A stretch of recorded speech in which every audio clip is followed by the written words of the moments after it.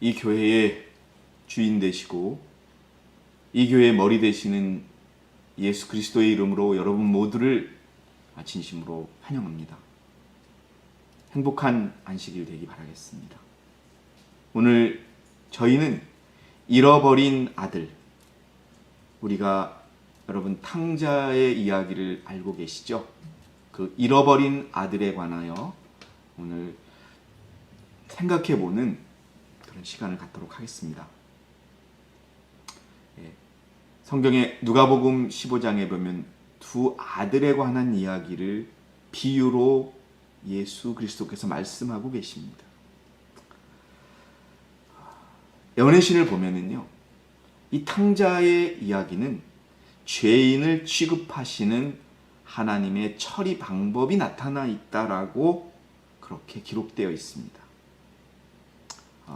실물교훈 198페이지에 보니까 탕자의 비유 가운데는 일찍이 하나님 아버지의 사랑을 알았다가 마귀를 용납하고 그의 뜻에 사로잡힌 자들을 취급하시는 하나님의 처리 방법이 나타나 있다. 선지자께서 기록한 글을 우리가 보면은 죄에 빠졌다라고 하는 이런 표현은 참 많이 있습니다.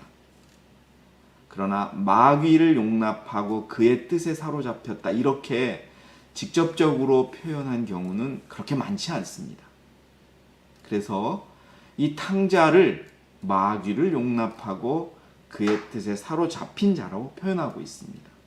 그런데 이렇게 마귀에게 속아서 마귀를 용납한 자들, 즉 죄에 깊이 빠진 자들을 어떻게 하나님이 취급하시는지에 관한 방법을 오늘 우리는 볼 것입니다. 이 탕자의 비유는 우리에게 이스라엘 백성들의 회개와 이 시대를 사는 하나님의 자녀들, 이 시대 마지막 교회를 살아가는 우리들의 회개가 어떻게 이루어져야 되는지를 가르쳐주고 있습니다. 우리가 아까 교과 시간에 읽었지요? 출애굽기 4장 22절에 이스라엘은 아들이라고 표현되고 있습니다. 그래서 오늘 우리가 볼 두 아들, 작은 아들과 큰 아들을 보게 될 텐데요.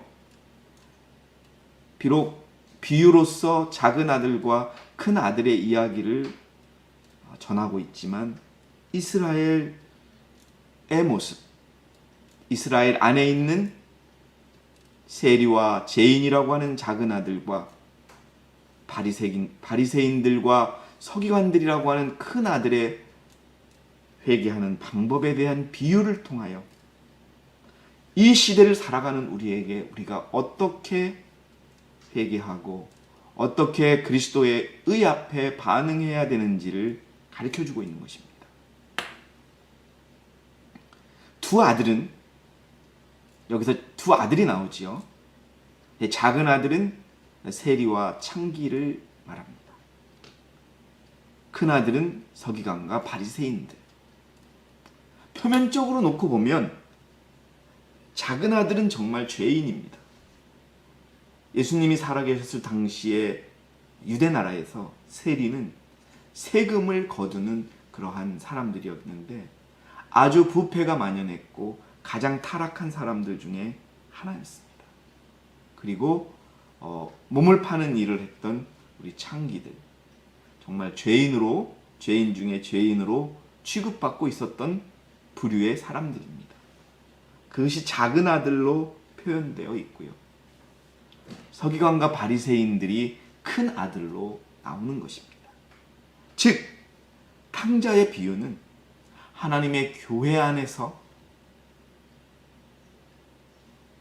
죄인임을 인정하는, 자신의 죄를 인정하는 무리들과 자신을 의롭다고 생각하며 자신의 죄를 인정하지 않는 부류에 관한 이야기를 하나님이 비유로 큰아들과 작은아들을 사용해서 우리에게 말씀하고 계시는 것입니다. 자, 작은아들의 이야기를 먼저 보겠습니다. 다시 한번 말씀드리지만 작은아들은 죄인이었습니다. 자, 누가복음 15장 11절에서 13절의 말씀을 보니 또 주께서 말씀하시기를 어떤 아들에게 두 아들이 있었는데, 지금은 작은 아들의 이야기입니다. 그중 작은 아들이 아버지에게 말하기를 아버지 저에게 돌아올 재산의 몫을 주소서. 여러분, 아버지가 살아계시는데 자녀가 유산을 달라고 하는 이야기는 요즘 우리가 우스갯소리로 하는 말은 아버지 빨리 돌아가시고 나 재산 주세요라고 할 정도로 그렇게 바람직한 말이 아닙니다. 그러나 이 예수님이 지금 설명하시는 이 당시에는 더 부모님께 재산을 달라고 그랬다가는 정말 크나큰 죄를 범한 사람으로 취급받던 시대였습니다. 그런데 재산을 달라고 하는 작은 아들의 말을 들은 아버지가 아무런 그러한 말씀도 없이 그 작은 아들의 몫을 나누어 줍니다. 우리 하나님께서 참 사람들이 원하는 대로 그렇게 나비두는 것이지요. 우리가 이러한 것들은 많이 볼 수 있습니다. 그런데 그 작은 아들이 아버지로부터 받은 재산을 가지고 먼 나라로 가서 방탕하게 삽니다. 그러다가 자기 재산을 낭비하는 거죠. 그 작은 아들은 왜 그러면은 아버지에게 재산을 달라고 그랬고 떠나게 되었는가? 여러분들 많이 보셨을 거예요. 다시 한번 보겠습니다. 이 둘째 아들은요, 가정에서 아버지가 제재하는 것이 실증이 난 거예요. 아버지가 같이 살면서 아침에는 이렇게 같이 예배드리자, 하나님의 말씀을 배우자, 또 하나님께 예배드리자, 여러분 이런 제재가 실증이 난 거예요. 그리고 그것이 자기의 자유를 구속한다고 생각했기 때문에 그 작은 아들은 자기의 기분을 쫓아 살기로 결심하였다라고 적혀 있습니다. 여러분, 죄를 짓는 많은 사람들의 그러한 모습이죠. 그런데 이 작은 아들은 아버지에 대한 의무감도, 뭐예요? 어떤 의무감? 부모를 공경하고 아버지의 말을 듣고 하는 이런 의무감도 갖고 있지 않았을 뿐만 아니라 그에 대한 감사를 나타내지도 않았어요. 하나님께서 그의 독생자를 인류를 위해 주셨지만, 정말 어마어마한 살진 송아지를 제물로 주셨지만, 사람들은 그것이 자신들의 자유를 침해한다고 생각하고 그분의 품을 떠나 죄를 짓기로 결정하는 사람들이 많이 있습니다. 그러면서도 아들이라는 특권을 주장하는 그런 모습이 작은 아들에서 나타납니다. 그런데 어떻게 됩니까? 누가복음 15장 15절 16절을 보니까 그가 나가서 그 나라 백성 중 한 사람에게 더부살이를 하게 되었더라. 자, 이제는요, 재산 다 탕징하고, 또 뒤에 말씀드리지만 흉년이 들어요. 설상가상으로. 그래서 그 주인이 그를 자기 농지로 보내어 돼지를 치게 한지라. 여기서 주인이 마귀입니다, 여러분. 처음에 말씀드렸지요. 이 이야기는 마귀를 용납하여 하나님으로부터 떠난 자를 취급하는 그러한 이야기라고 말씀드렸습니다. 그렇기 때문에 그 주인은 마귀입니다. 그 마귀가 이제는 어디로 보내느냐? 아버지의 재산을 다 소진시켜 놓고, 아버지의 재산이 무엇입니까? 예수 그리스도의 희생과 복음입니다. 그것을 다 잊게 만들어 놓고, 탕진했다는 말은 잃어버리게 만들어 놓고 이제는 돼지를 치게 합니다. 유대인들에게 있어서 돼지는 상당히 부정한 동물입니다. 그래서 유대인들은 돼지를 먹지 않아요. 그런데 그 돼지를 치는 일을 시킵니다. 해서는 안 되는 일을 마귀가, 사단이 그리스도의 그 희생을 외면하고 돌아선 자들에게 시키는 것입니다. 그런데요, 배가 고픈 거예요.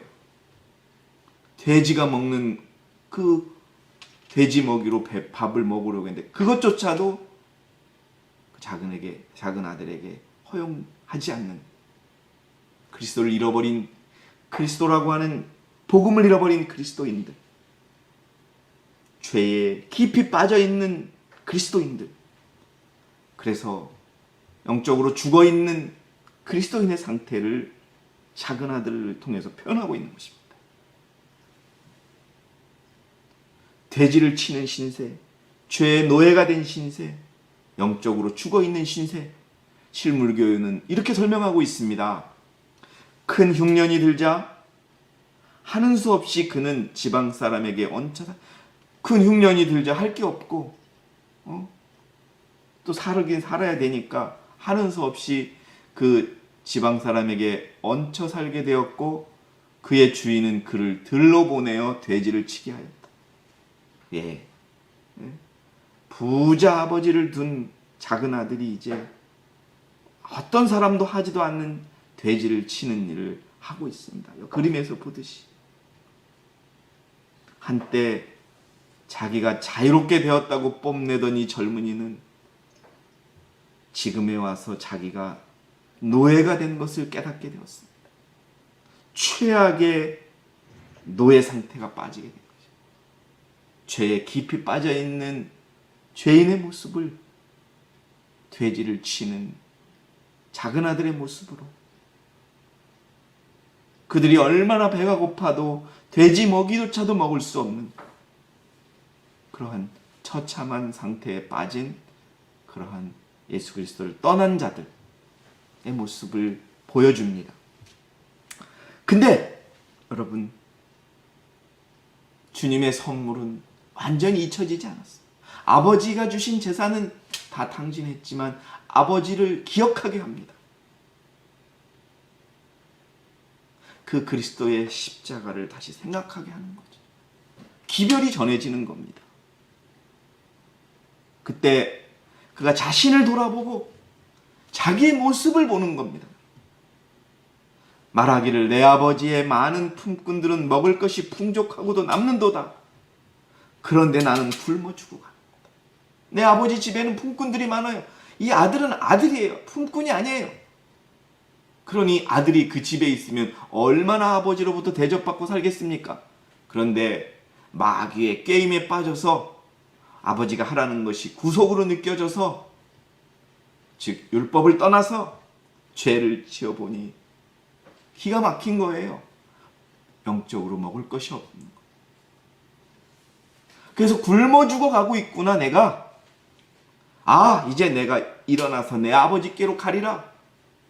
자신을 돌아보니 회개하게 되는 것입니다.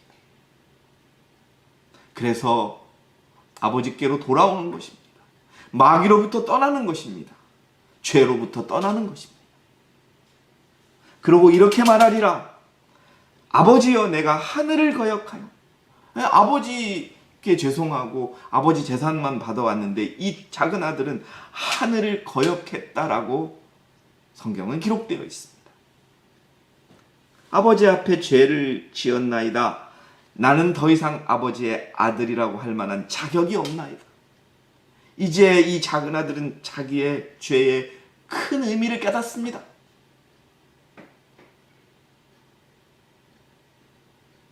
우리가 죄를 회개하게 될 때, 자신이 지은 죄를 인정하고 고백하게 될 때, 우리는 그리스도라고 하는 그 선물을 다시 받아들이는 것입니다.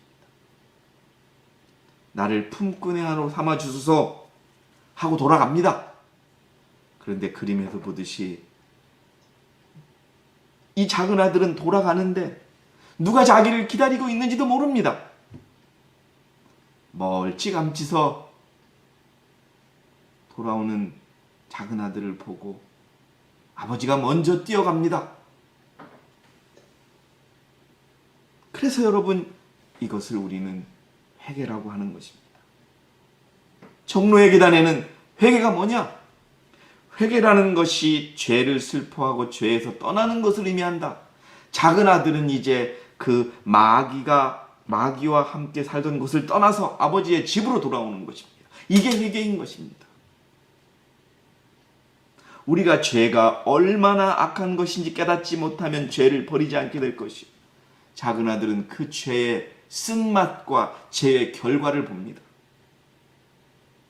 재산을 다 탕진하고 돼지를 키우면서도 그 배를 채우지 못하는 그 영적으로 가난하고 배고프고 죽어가는 상태 속에서 죄의 쓴맛을 깨닫고 돌아온다는 얘기입니다.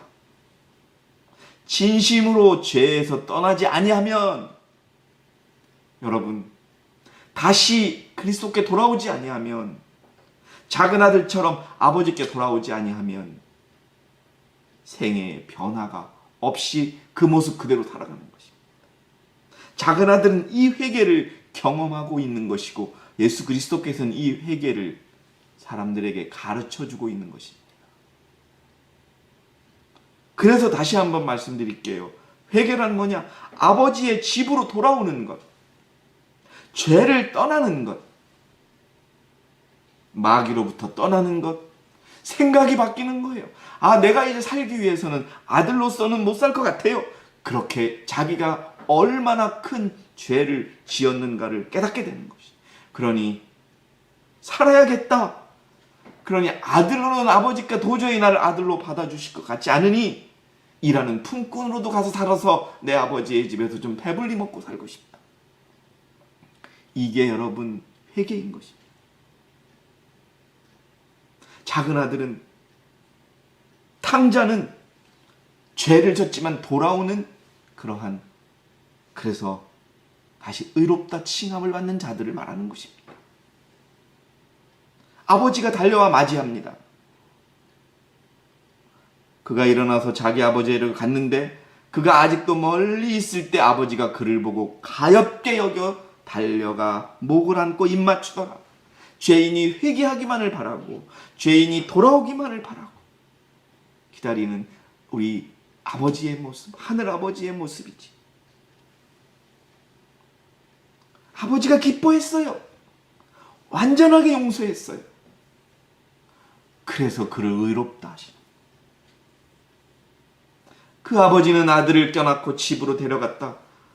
야, 네가 네 재산 달라고 떠난더니 이게 무슨 말이요? 그래야 넌 아들 아니니까 너 종으로 살아. 이렇게 하지 않으신다는 거예요.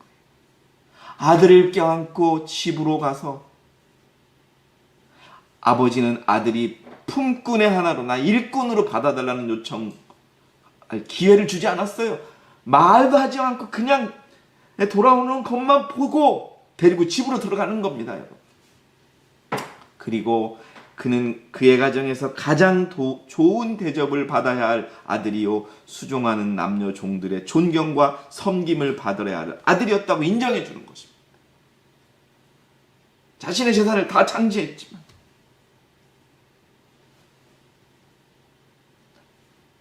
그리고 부치는 아버지는 종들에게 명하여 제일 좋은 옷을 내어다가 입혀라. 손에 가락지를 끼우고 신발을 신겨라. 그리고 살진 송아지를 끌어다가 잡으라. 우리가 먹고 마시자. 이 내 아들은 죽었다가 다시 살아났으며 내가 잃었다가 다시 얻었노라 하니 저희가 즐거워하더라. 그 작은 아들처럼 우리가 죄를 버리고 그리스도께 돌아갈 때 아버지가 기뻐하시고 우리가 어떠한 죄를 지었다고 하더라도 완전하게 용서하시고 그로 말미암아 의롭다 하고 가르쳐 주시는 것입니다. 이거는 에덴 동산에서부터 시작된 아버지의 복음이었습니다.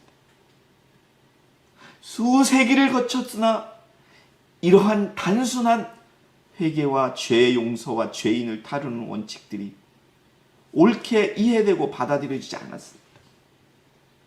그래서 지금으로부터 약 140년 전에 1888년에 다시 칭의의 기별이 이 땅에 내려온 것입니다.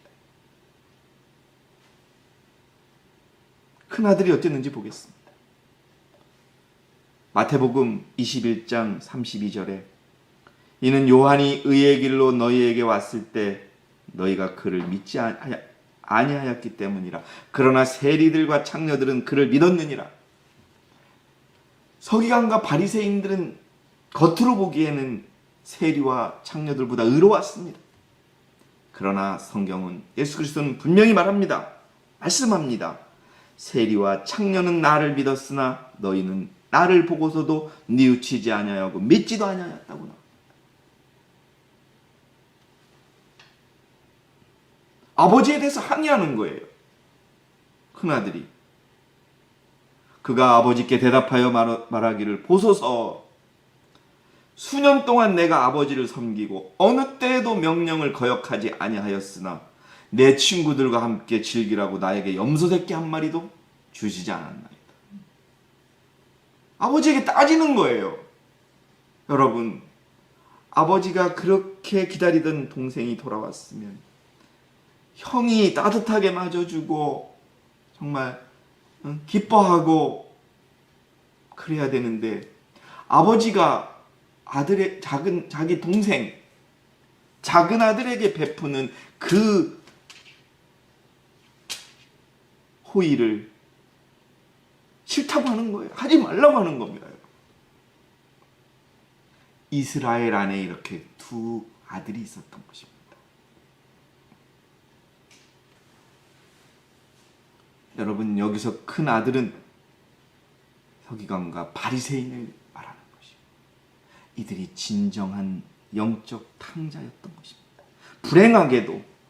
불행하게도 영원히 그리스도께 돌아오지 못하는 영적 탕자였습니다. 왜요? 나는 잘했다고 생각하고, 난 죄가 없다고 생각하고, 아버지한테 충성했다고 생각하고. 이 형은 잃어버린 동생에 대한 자기 부친의 염려를 나누지도 아니하고 그가 돌아오기를 기다리지도 않았다는 거예요. 어쩌면 말입니다, 이제 아버지의 모든 재산은 내 거겠지 하고 그렇게 살아갔던지도 몰라요. 그렇기 때문에 그는 아버지처럼 잃었던 동생이 돌아온 것을 기뻐하지도 않았다. 그는 탕자를 후대하는 것이 자기를 모욕하는 것으로 생각해요. 어떻게 저렇게 죄를 지은 동생을 받아들이냐 이겁니다. 여러분, 영적 탕자의 모습인 겁니다. 본인은 본인의 헐벗고 눈멀고 믿음이 없는 것을 알지 못하는 그리스도인들의 모습인 것입니다. 이러한 바리새인들과 서기관들은 큰아들이 아버지에게 작은 아들에게 베푸는 그 호의에 대해서 항의했듯이 그리스도를 비난하는 일을 하였습니다. 마태복음 9장 10절에서 13절의 말씀을 보면, 예수께서 그 집에 앉아 음식을 드실 때 보라, 많은 세리들과 죄인들이 와서 주와 함께 주의 제자들과 더불어 앉았더라. 그걸 보고서 바리새인들은, 서기관들은 깜짝 놀란 거예요. 아니, 저 예수는 자기가 메시아라고 하면서 왜 죄인들에게 죄인들하고 밥을 먹고 죄인들을 축복하냐고. 큰아들이 왜 작은 아들에게 잔치를 베푸냐고 아버지에게 따지는 모습과 똑같은 거예요. 어찌하여 너희 선생은 세리들과 죄인들과 함께 먹느냐? 죄인들은 같이 먹지 말아야 된다라고 얘기하는 거죠. 그러나 그리스도께서 이렇게 답을 하십니다. 나는 의인들을 부르러 온 것이 아니요 죄인들을 불러 회개에 이르게 하려고 왔노라. 그러면서 바리새인들에게 가르쳐주는 것입니다. 또 우리가 큰아들과 같은 모습을 한 그러한 성경의 말씀을 또 찾아볼 수 있습니다. 성전에 와서 바리새인과 세리가 기도하는 모습이 누가복음 18장에 기록되어 있습니다. 바리새인은 서서 이렇게 기도합니다. 하나님이여, 나는 다른 사람들, 즉 착취하고 불의하며 간음하는 사람들과 같지 아니하고 또 이 세리와도 같지 아니함에 감사하나이다. 나는 일주일에 2번 금식하고 내가 가진 모든 것의 11조를 드리나이다. 그러니 나는 의인입니다.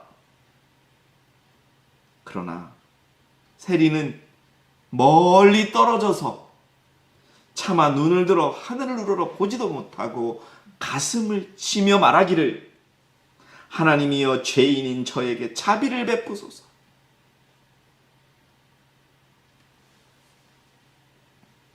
이 성전에서의 바리새인과 세리의 기도가 탕자의 비유 속에 큰 아들과 작은 아들의 모습인 것이 마지막 시대의 이 교회 안에 우리들의 모습인 것입니다. 자신을 의롭게 여기는 자가 영적 탕자인 것입니다. 기만에 속고 있는 불쌍한 자들인 것입니다. 여기에 나오는 마다들은 세리와 죄인으로 간주되던 사람들, 즉 작은 아들을 업신여기던 그리스도 당시에 회개하지 않은 유대인과 각 시대의 바리새인들과 같은 사람들을 대표한다라고 되어 있습니다. 그들은 저희 자신이 그다지 큰 죄를 짓지 않았기 때문에 스스로 의롭다는 생각을 갖는다.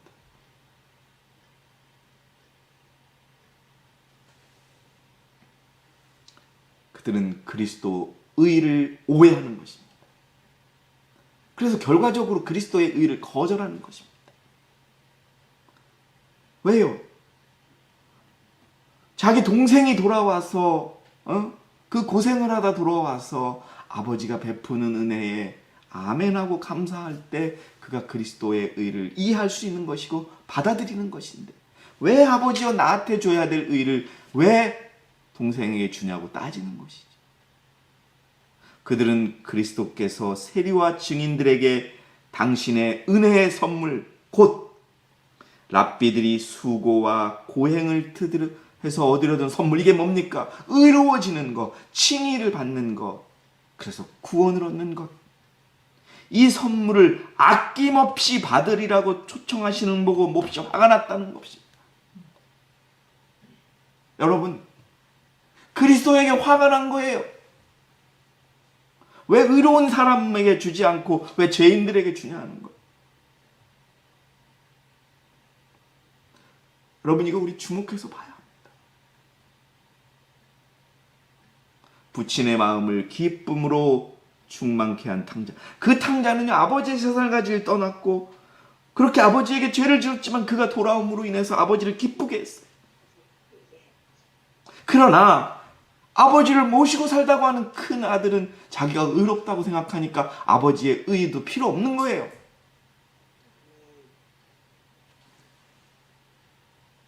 여러분, 아버지의 설득을 누가복음 15장 32절의 마지막 구절이 이겁니다. 그 다음에는 내용이 없어요. 아버지가 큰아들을 설득하는 거예요. 너의 이 동생은 죽었다가 다시 살아났고 잃어버렸다가 찾았기에 우리가 즐거워하고 기뻐하는 것이 당연하느니라. 여러분, 불행하게도 누가복음 15장 32절 이 끝입니다. 이 큰아들이 아버지의 설득을 받았는지 안 받았는지 안 나와요. 큰아들은 영적 탕자였고 진정한 탕자였고 오히려 그리스도가 보기에는 더 큰 죄인이었던 것입니다.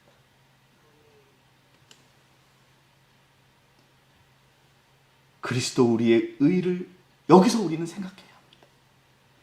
비유 가운데 마다들에 대한 부친의 권고는 바리새인들에 대한 하나님의 부드러운 호소였다. 이 땅을 살아가는 마지막 교회 안에 우리들에게 호소하는 것과 똑같은 겁니다. 우리가 행여나 내가 안식일을 지키고 있고 내가 하나님의 마지막 교회에 있기에 내가 더 이상 회개하지 않아도 되고 나는 의롭다고 생각하지 않는지 이것을 경고하고 있는 것입니다. 내 것이 다 내 것이로다. 너도 받으면 되지 않냐 이거예요. 너의 동생도 그리스도 우리의 의를 받고 너도 그것을 받아라 하는 것이. 그것은 보수가 아니고 선물이다. 네가 잘하고 못해서 주는 게 아니다. 모두에게 주는 것이다. 그대들은 아버지께서 사랑으로 사랑하시기 때문에 공로 없이 주시는 그것을 당자처럼 받기만 하면 된다. 누가 어떻고 뭐 따질 거 없어. 우리 모두가 정말 그 의를 받아야 합니다.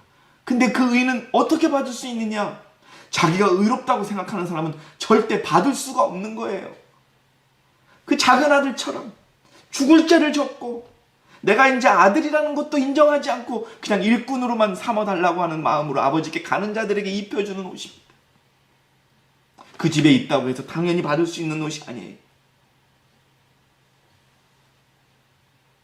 영적 탕자, 스스로 의롭다는 생각은 형제들을 냉정하고 비평한 눈으로 보게 합니다. 교회 안에 일어난 일들을 비판적으로밖에 보지 않습니다. 그게 스스로 의롭다고 생각하는 사람들입니다. 맏아들은 이기심과 질투심에 사로잡혀서 그의 동생의 모든 행동을 비평하고 조그마한 결점에 대하여 비난하고자 늘 엿보고 있었다. 저 아버지가 왜 그럴까? 저놈이 잘못한 걸 내가 아버지한테 얘기해야지.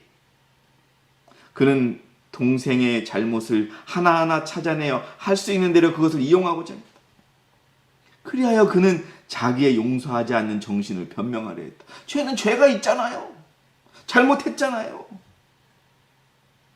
큰아들은 영적 탕자요 바리새인이었던 것입니다. 여러분, 큰아들의 운명은 어떻게 되었을까요? 예언의 신도 성경도 큰아들이 아버지의 권고를 받았는지 너도 받기만 해라. 이건 보수가 아니야. 네가 잘하고 못해서 주는 거야. 내가 그냥 주는 거야. 어떻게 되었는지는 모릅니다. 여러분, 여기서 우리는 큰아들과 작은 아들이 기별을 거절하고 회개한 모습들이 다 나와 있다는 것을 여러분 알 수 있습니다. 셋째 천사의 기별을 누가 거절했습니까? 아버지와 같이 살던 큰아들이었습니까? 아니면 비록 아버지를 떠났지만 다시 회개하고 돌아온 작은 아들이었습니까? 여러분들의 판단에 맡기겠습니다. 회개하라는 것입니다. 여러분, 18장 천사의 기별도 회개하라는 것입니다. 자기 자신의 죄를 깊이 생각하라는 것입니다. 그리고 죄인이 어떻게 의롭게 될 수 있을까? 오직 그리스도로 말미암아서만 우리는 하나님과 거룩함에 조화될 수 있는 것이다. 그러면 우리가 어떻게 그리스도께 나갈 것인가? 작은 아들이 어떻게 생각했습니까? 나는 아버지께 가리라. 이 돼지치는 모습 그대로 내가 가리라. 여기 답이 나옵니다. 이에 대한 베드로의 대답의 첫 마디는 회개하라는 것입니다. 회개하고 돌이켜 너희 죄 없이 함을 받으라.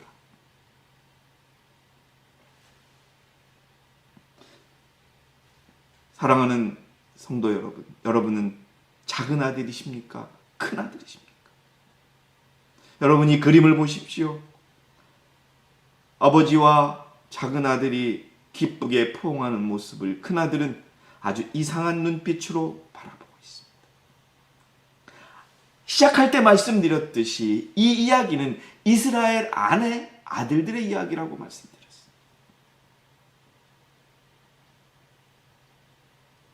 교회증언 8권 316페이지에는 그리스도로부터 도움을 받기 위하여 우리는 우리의 필요를 깨달아야 합니다. 우리가 그리스도가 필요해야 됩니다. 작은 아들은 돼지와 같이 살면서 느낀 거예요. 내겐 아버지가 필요하다. 내가 아들이 아니어도 좋으니까 아버지랑 같이 있어야 내가 살겠다. 그러나 큰 아들은요, 아버지랑 같이 살고 있으면서도 아버지의 필요성을 못 느끼는 거예요. 여러분은 그리스도가 필요하십니까? 그러면 여러분 자신의 부족함을 알아야 되는 것입니다. 인정해야 되는 것입니다. 그리스도로부터 도움을 받기 위하여 우리는 우리의 필요를 깨달아야 합니다. 우리는 우리의 자신에 관하여 진정으로 알아야 한다. 자기 자신을 아는 자만이 그리스도께서 그를 구원할 수 있는 죄인이 될 것이다. 우리가 철저하게 속수무책인 우리의 상태를 깨닫고 자기 신뢰를 완전히 버릴 때, 정말 우리가 영적으로 작은 아들이 될 때, 우리는요 하나님의 능력을 붙들게 되는 것입니다. 우리의 모든 선한 행실은 우리 자신의 외부에서 오는 힘에 의한 것이다. 이게 뭐예요? 우리의 의는요 우리로 인해서 결정되는 게 아니에요. 하나님이 그냥 주시는 거예요.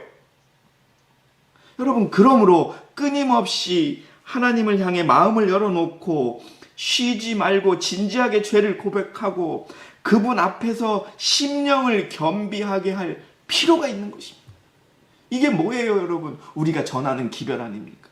이게 라오디아 교회에 보내는 기별입니다, 여러분. 그런데 여러분, 우리가 의롭다고 생각하는 경향이 있습니다. 나는 좀 괜찮아. 여러분, 매우 위험한 발상입니다. 다시 한번 읽어드리겠습니다. 그러므로 끊임없이 하나님을 향해 마음을 열어놓고 쉬지 말고 진지하게 죄를 고백하고 그분 앞에 심령을 겸비해야 할 필요가 있다. 위험들이 우리를 둘러싸고 있으므로 우리는 우리의 연약함을 느끼고 믿음의 손으로 능력 많은 우리의 구원자를 굳게 붙들 때만 안전하다.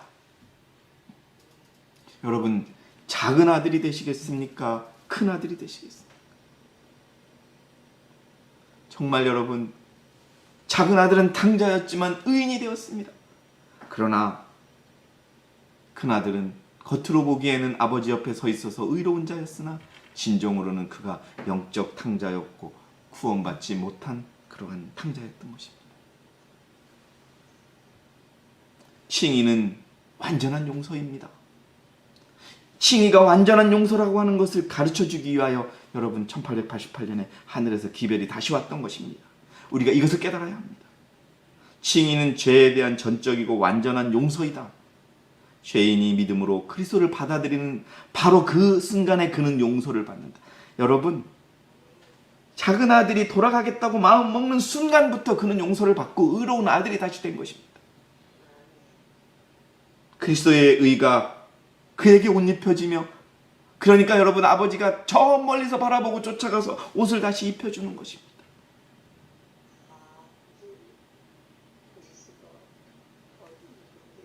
그리스도의 의가 그에게 옷 입혀지며 그는 하나님의 용서하시는 은혜를 더 이상 의심하지 않게 됩니다.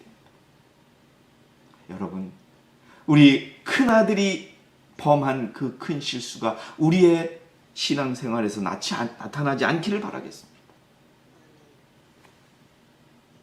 믿음으로 말미암는 의는 율법 앞에 서게 하는 것입니다.